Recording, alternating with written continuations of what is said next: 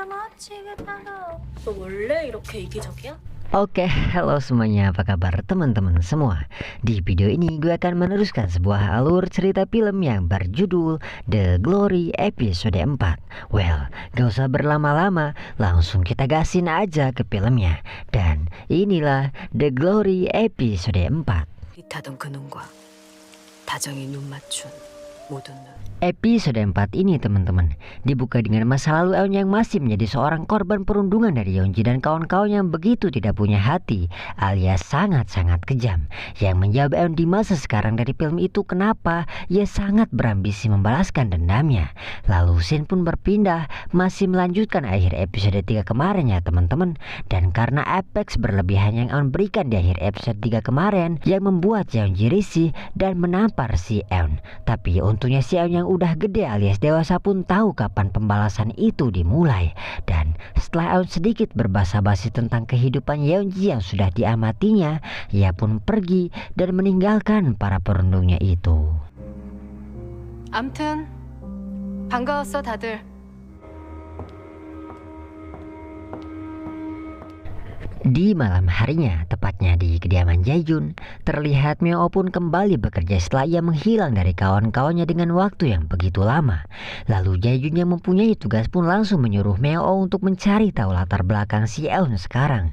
Di sini Meo yang belaga bodoh pun sedikit pelangap-longo. Yang untungnya jalannya si Jae-jun pun datang dan langsung membuat kesempatan Meo pergi dari bosnya itu. 나한텐 백 안 사주거든요. Sementara itu di rumah sakit tempat kerjanya Yijong, terlihat Yijong pun izin pulang untuk hari itu teman-teman. Tapi karena ada kawan dokternya yang penasaran, ia pun menanyakan Yijong apa benar anak direktur dari rumah sakit ini pada kawannya.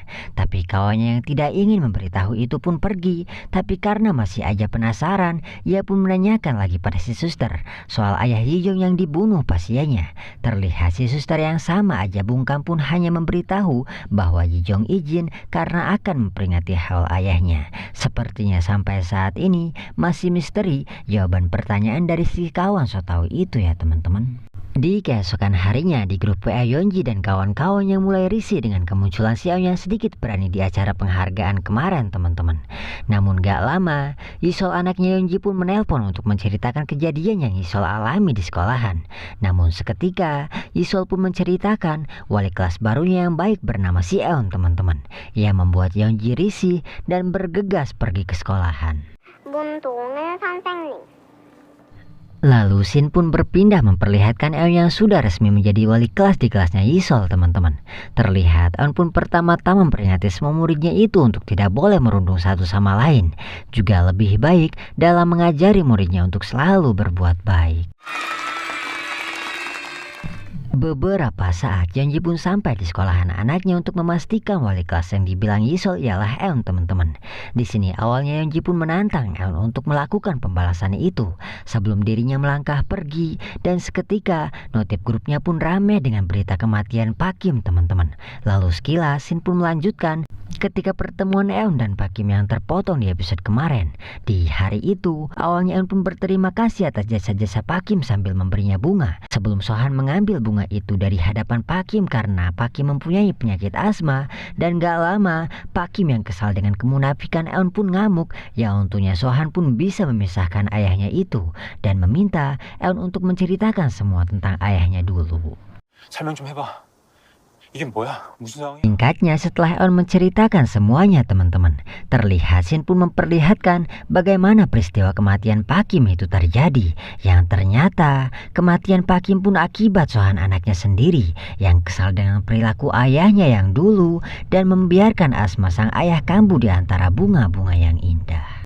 벌써 축하 꽃다발이 와요, 아버지. Balik lagi ke Eun dan Yeonji di sekolahan teman-teman. Di sini Eun yang diancam Yeonji akan melaporkannya ke polisi pun melawan argumen itu. Dan ketika Eun membawa-bawa Yisol yang polos itu dan seketika membuat Yeonji hilang kontrol. Namun Eun yang sudah menyiapkan pembalasan itu pun melawan teman-teman. Yang membuat Yeonji pergi dan berhenti di sebuah jalan untuk menenangkan pikirannya. Panik nggak tuh?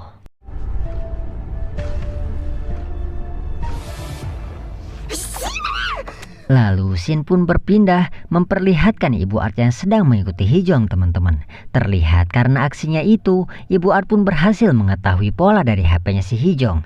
Namun karena Hee-jong yang refleks seperti ada yang memperhatikan, seketika ia pun berbalik. Ya untungnya Ibu Art yang sudah pro dalam tugasnya itu pun selamat. Di keesokan harinya di suatu kafe terlihat Eun pun bertemu dengan suster pembelanya ketika Eun dirundung dulu teman-teman. Terlihat Eun pun menceritakan keinginan dirinya untuk membalaskan dendam pada manusia-manusia biadab itu. Ya untungnya si suster pun mengerti dan berharap Eun menang melawan para perundungnya itu. 해줄 수 있는 말이 이것뿐이네. 꼭 이겨. Dan setelah itu teman-teman, Eun pun bertemu dengan Meo di sebuah tempat sepi. Di sini terlihat Meo pun memutuskan ikut dan bergabung dengan Eun. Namun karena nih bocah lapar, mereka pun melanjutkan obrolannya di suatu resto. Di resto itu terlihat Meo pun langsung memberikan surat rahasia kalau si Sarah si pecandu narkoboy dan si Hee-jong si jalangnya om-om. Dan setelah cukup, Eun pun kembali meminta Meo untuk mengambil bayarannya di kamar mayat. Singkatnya, setelah Meo sudah berada di kamar mayat itu teman-teman, yang ternyata mayat yang dimaksud Eun pun Sohee, korban rundung yang dibunuh Yeonji dan kawan-kawan. Mungkin nantinya dengan itu Meo pun memeras kawan seperjuangannya nanti. 년을 여기 이러고 있었다고요? 윤석이가? Shin berpindah ke Yijong yang akan menjenguk seseorang kakek di sisi lain dari rumah sakit itu teman-teman. Namun karena kakek itu yang sudah tiada, resepsionis pun memberitahu Yijong bahwa kakek itu meninggal, yang membuat Yijong terpukul dan menyimpan rasa dendam atas kematian kakek itu. Di sini Mimin belum tahu ya teman-teman, siapa kakek Yeon ini untuk Yijong. 안 뜨거워요? Sementara itu di kediaman Yeonji yang terlihat gelisah nungguin Yisol yang belum pulang teman-teman.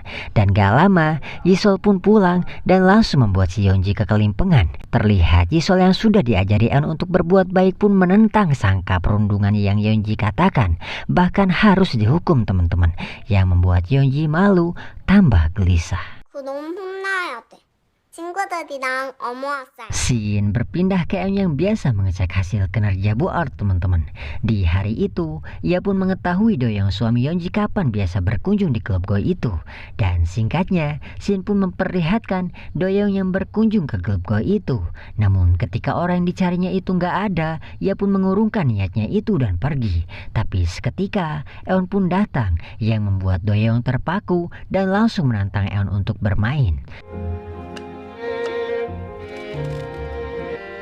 Singkatnya, game 1 pun dimenangkan Eun teman-teman. Namun karena Doyoung yang masih kurang dan Eun enggan bermain tanpa taruhan, Doyoung pun menaikkan 3 kali tarif Eun bermain. 한 판 더 어때요? Dan episode 4 pun ditutup dengan begitu membagongkan. Well, gimana menurut teman-teman semua tentang episode 4 ini? Jika ada yang mau disampaikan, tuliskan saja di kolom komentar. Dan jangan lupa like, share ke teman-teman, and subscribe biar Mimin semangat bikin kontennya teman-teman. 좋죠?